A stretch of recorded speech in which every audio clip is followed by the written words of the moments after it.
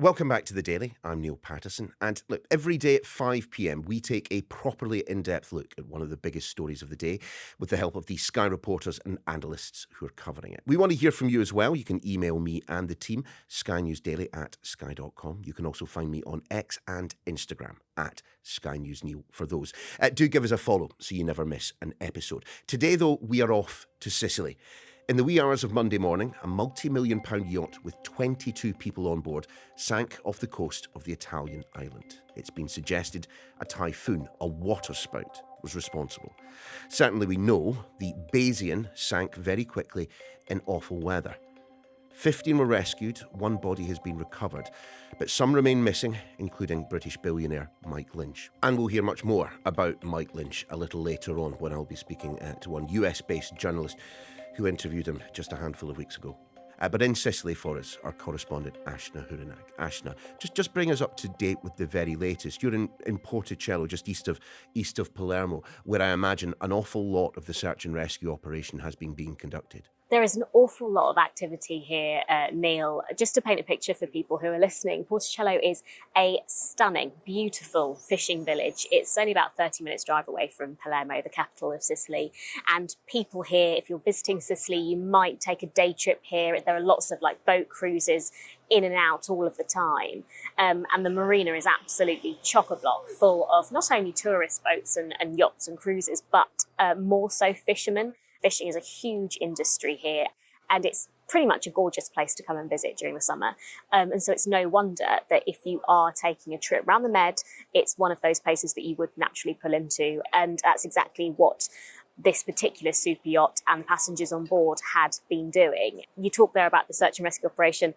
It is very much ongoing today. I mean, this is the day after that yacht capsized and sunk, to the absolute shock and horror of people here.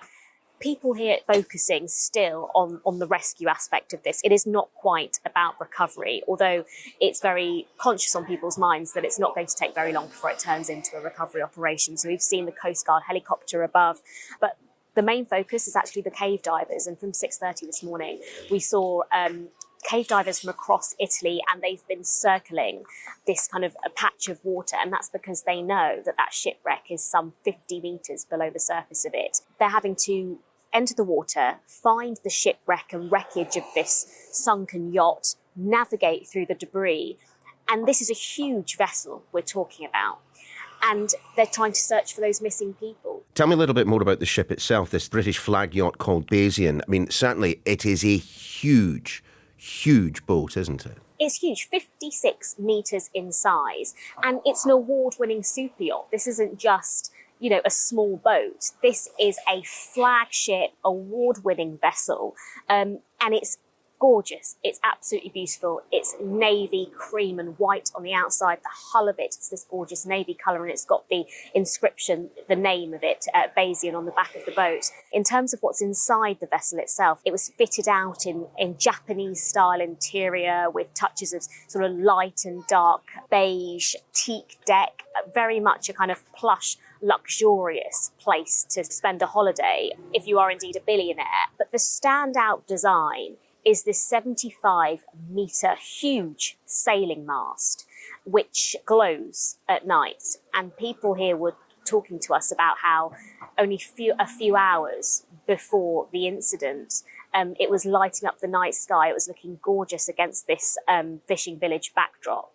And then by 4:30, 5 o'clock in the morning, that had just gone. This 75-metre mast is the world's tallest aluminium mast, and it's believed that could well have been what got caught up in some of that bad weather. This yacht, the Bayesian, this is an ocean-going yacht. This is a yacht that is designed to be able to cope with the fury of the ocean at its worst. And it was sitting at anchor a few hundred metres off the coast of a Sicilian fishing village. So what happened? People here are talking about how extreme and very unique that weather was that morning. And they're also talking about this very tight window where this storm seemed to attack this village, this coastline. And then within about 15, 20 minutes, it was completely still again. And it was almost freakish. People have described it as being incredibly scary and very, very unusual for this time of the year. I mean, even in Palermo, in the capital city, people were still hearing this kind of whistling wind that almost seemed to whip around the streets very, very quickly. It was so extreme and unusual that it caused this phenomenon known as waterspouts, which are incredibly rare. Waterspouts are essentially tornadoes that run across the water. And there is some speculation, and it is speculation because, of course, this will all come out in the investigation that's to take place, that perhaps that 75-metre mast that we've been talking about, that sailing mast, basically wasn't able to withstand that rotating column of cloud.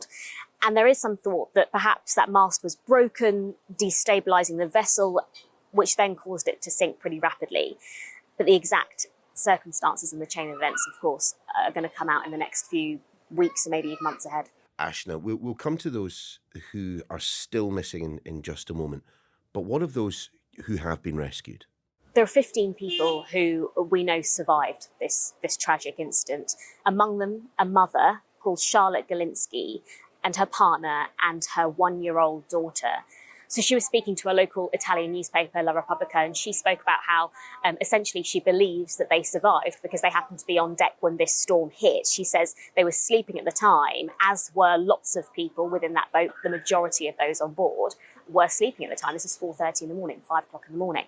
And they were woken, Charlotte Galinsky says, by thunder, lightning, waves that made the boat dance, she said. And she said it felt like the end of the world before they were essentially tipped into the water. Now, some of them managed to climb onto a life raft that was on board that yacht that managed to be deployed, and some 15 of them were clinging onto it. It was essentially, it's like an orange pyramid that some of these boats will have on board, and which is inflatable. And essentially it's designed so that in an emergency, if the worst happens, a boat capsizes, if it starts to go down, you can at least clutch onto it for some sort of safety and wait for help to come to you. And that's exactly what happened to Charlotte, this particular mother. She said at one stage she lost her 1-year-old daughter at sea. She described to local journalists essentially kind of keeping her 1-year-old daughter afloat. And yes, it's incredibly beautiful weather here right now, 28 degrees. But at night, during a storm, in such circumstances, when a literal boat that you've been on 2 seconds ago has capsized, I mean, it must have been terrifying. Thankfully, she appears well, the partner appears well, as does her daughter too. Have you managed to speak to anyone else yourself who may well have seen what was going on, who may well know what the conditions were like on Monday? Yeah, we've spoken to the captain of a Dutch vessel who just happened to be moored not very far away from the Bayesian. He described the moment that he saw the flare go up, which is essentially a well-known marine distress signal.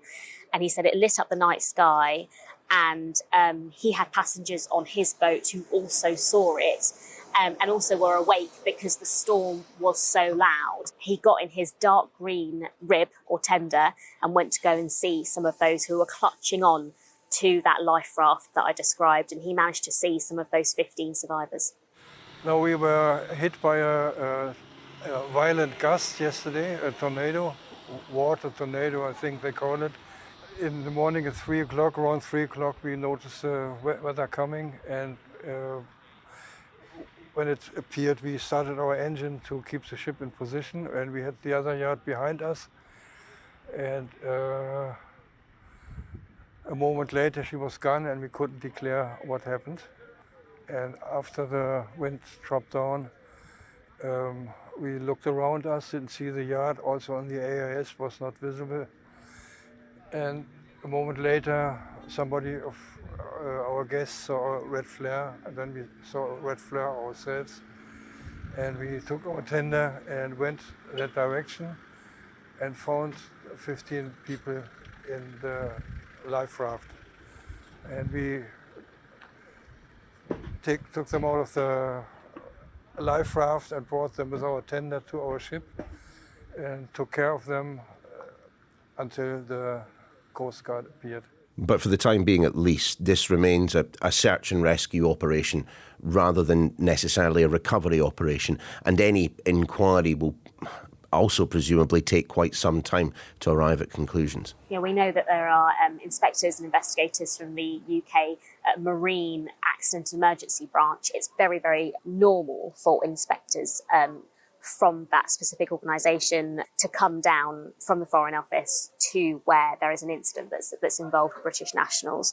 So we've been speaking to the British ambassador to Sicily here. He was just talking to us about the support that they are trying to offer those families. But all the while, they're trying to remain hopeful, but hope is very difficult to cling on to as the hours tick by. We shouldn't forget, should we, Ashna, that there are still those missing. Just take us through who they were, because this was supposed to be a celebration, wasn't it? Organised by Mike Lynch because of a court case, a very long-running court case taking place in the United States. This was a friends and family celebratory trip. It was understood that they had a party on the Sunday night, and this was very much about making memories. And on board, as you say, and currently missing, we know, is 59-year-old Mike Lynch, the British tech tycoon. His wife, we know, has survived, but also missing is their 18-year-old daughter, Hannah. There's also a number of their friends missing too, a man called Chris Morvillo. He's a lawyer who represented Mr. Lynch in his US trial. And since about 2011, Chris has been a partner at the Clifford Chance law firm in New York. The other person that's also missing is a man called Jonathan Bloomer. He's the chairman of Morgan Stanley International Bank and also the insurance company Hiscox. Now, he's a 70-year-old British man, and he's previously served on a number of company boards, and he appeared as a defence witness within that trial for Mr. Lynch, according to the Financial Times. And there are media reports that they were incredibly close friends. It's also been reported that their two wives are also among the missing. Ashna, thanks very much indeed. Do stay where you are after the break. We will examine in some depth Mike Lynch's career and indeed the court cases that we were just hearing about. Back in a moment. Welcome back. Mike Lynch made his money in tech and venture capital, but his reputation was overshadowed by the sale of his company, Autonomy. Lawsuits in both the UK and the United States followed the multi-billion-dollar deal. He beat the US criminal charges earlier this year. The trip around the Mediterranean was supposed to be a celebration. Here's Mike Lynch speaking to the BBC's PM programme a few weeks ago. I knew I had done nothing wrong, and it was very important to me. Yes, it's very hard to describe the moment, because in our case, we knew that the prosecution case had fallen apart. We knew we'd done a great job, but you're reliant on 12 ordinary people. Well, let's speak to someone else who spoke to Mike Lynch in the past few weeks. Danny Fortson is the US West Coast correspondent for the Sunday Times. He's also the host of the Danny in the Valley tech podcast. Great to have you with us, Danny. Look, Mike Lynch is not a name that is particularly well known. I would probably argue on both sides of the Atlantic, but certainly here in the United Kingdom. So just who was he? So Mike Lynch, one way to think about him, at least back in the day, was that he was often called Britain's Bill Gates. And the reason he was called that is because he was a mathematician, a computer scientist, and back in the mid-90s, he founded a company called Autonomy. And it was really a forerunner to a lot of the AI, artificial intelligence companies that we're seeing now kind of explode all over the world. But it was a company that created some very clever software to make sense of huge amounts of data for big companies. So fast forward, Autonomy floats on the public markets. It becomes the biggest tech company in Britain. And then in 2011, massive deal, Hewlett Packard from the West Coast, from Silicon Valley, says we're going to spend $11.7 billion and buy Mike Lynch's company, buy Autonomy. And this was really a kind of a crowning achievement for this very rare homegrown tech success story in the UK. And the deal made Lynch extremely wealthy and also really solidified his position as one of the kind of the great minds of his generation. And then, of course, it all went pear-shaped. So what was it that Hewlett Packard, that HP were interested in as regards Autonomy? Because to be fair, when I think of HP, I think of printers. Everybody does. And that's kind of the problem. So if you go back to that point in time, Hewlett Packard was really a fading star. It was a bit of a basket case. Sales were falling. And as you say, it was known for printers, which is a pretty boring, slow growth business. And they said, well, we have this really ambitious plan to completely remake the company into a big software driven, high margin, high growth new company. And then we're going to get rid of the printer business. We're going to center it around a new kind of software focus. And autonomy was really the core of that idea, which is why they agreed to spend almost $12 billion on what was effectively a very big corporate gamble. But the problems began almost immediately that HP lifted the hood on this $12 billion automobile slash company and discovered that not everything was to their liking. Well, in fact, quite a lot wasn't to their liking. That's right. So within a year, they wrote off about 75% of the value, basically admitting we dramatically overpaid for this company. And they pinned the blame firmly on Mike Lynch and his executive team, saying basically they cooked the books. This is a massive fraud. They lied to us. They convinced us to buy this company for way more than it was actually worth. And they launched this really just never-ending legal odyssey that stretched out for more than a decade. And it's worth pointing out that from day one, from the very day that Lynch was accused of fraud, he said, this is completely false. This is a made-up story. And he went on TV to defend himself from day one. And he's never wavered from that position. But of course, that was back in 2011. We're now in 2024. And what happened recently is after years and years of fighting, the DOJ finally Department of Justice in America, managed to extradite him last year to face 17 fraud charges. The odds were that he was going to lose just by the numbers. That is how it works in U.S. federal criminal cases. And after a 12-week trial in San Francisco, in which he also testified, he won. He won this jury trial, was cleared on all, ended up being 15 counts, 15 fraud charge counts. He was completely cleared, won his freedom against all the odds, and then brought him back to the UK last in June, and I sat down with him in July. And we will talk about that interview in just a second. But in terms of the case in San Francisco, how did he do it? Because Mike Lynch resisted extradition to the United States with all of his powers, all of his resources that are at his disposal, because like you, I suspect, his assessment was, if I go to the United States, there is an overwhelming chance that I am going to end up spending quite a significant amount of time in an American prison. That's exactly right. I mean, he effectively told me, he's like, if I ended up on American soil, I'm cooked. Because if you look at just the numbers, the raw numbers for U.S. federal criminal cases, only 0.4%, so less than 0.5% end in not guilty verdicts. Wow. You are either found guilty or you strike a plea where you spend time in prison, etc. But he was just adamant that he was going to take this to the bitter end. And critically, he had the money to do it. He spent more than $30 million of his own money on his defense. He had an army of lawyers. And this is one of the points he made to me is like, look, I could do this because I have the resources. Nobody else can. So one of his things he wanted to do now that once he won his freedom was to set up something like an Innocence Project, some kind of NGO to help fund people who are wrongly accused, or to actually just mount a decent defense of themselves. So when you spoke to him after the acquittal, the multiple acquittals that he had enjoyed, was there a degree of triumphalism to him? Was there a degree of satisfaction? How was he?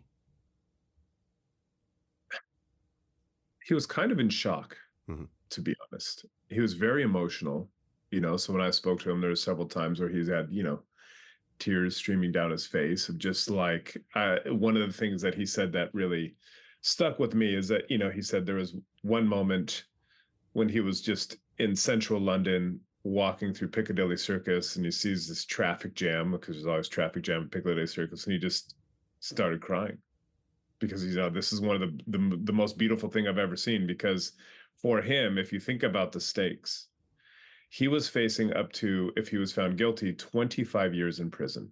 He's 59 years old. he has some kind of serious lung condition, and he said basically, if I went to prison, I would not have survived. And so as soon as he was extradited, he was preparing for the worst. He was preparing for never setting foot in England again, for never being able to spend any real time with his 2 grown daughters, with his wife. He was really just grappling with this new reality of all of a sudden I've got my life back. And he, in the irony of ironies, said more than once, basically, I feel like I have won a second life. Like, what am I going to do with this new chapter in my life that I didn't think I was going to have? He seems a fascinating character, Danny, but I wondered when, obviously given the events that have happened on that holiday, the very tragic events that have happened on that holiday, when you think of Mike Lynch, when you hear that name in future, what will your mind go to? I'll say this, he was fought this case for a decade. His second in command was found guilty. Mm-hmm. The odds are stacked against him. A lot of people have very strong opinions about, he was a fraud. Other people think, yes, justice was done. For me, I just focused on the man himself, who by any measure was really an extraordinary person. And really, for me, it's a really just kind of almost Shakespearean human story. That's what I will be left with. He was very nice to me. And he was a hard driving tech CEO who made a lot of money. So he made some enemies along the way. Some people didn't like him. Some people did. But for me, it's just this Shakespearean tale of the absolute highest highs, becoming a tech billionaire, selling your company. You're on top of the world. You spend a decade fighting these charges, never wavering from the fact that of your innocence, and then you claim this unlikely victory, and then weeks later, while you are celebrating this victory on your super yacht, you have this freak occurrence where a water spout appears out of nowhere and topples this should be almost unsinkable super yacht.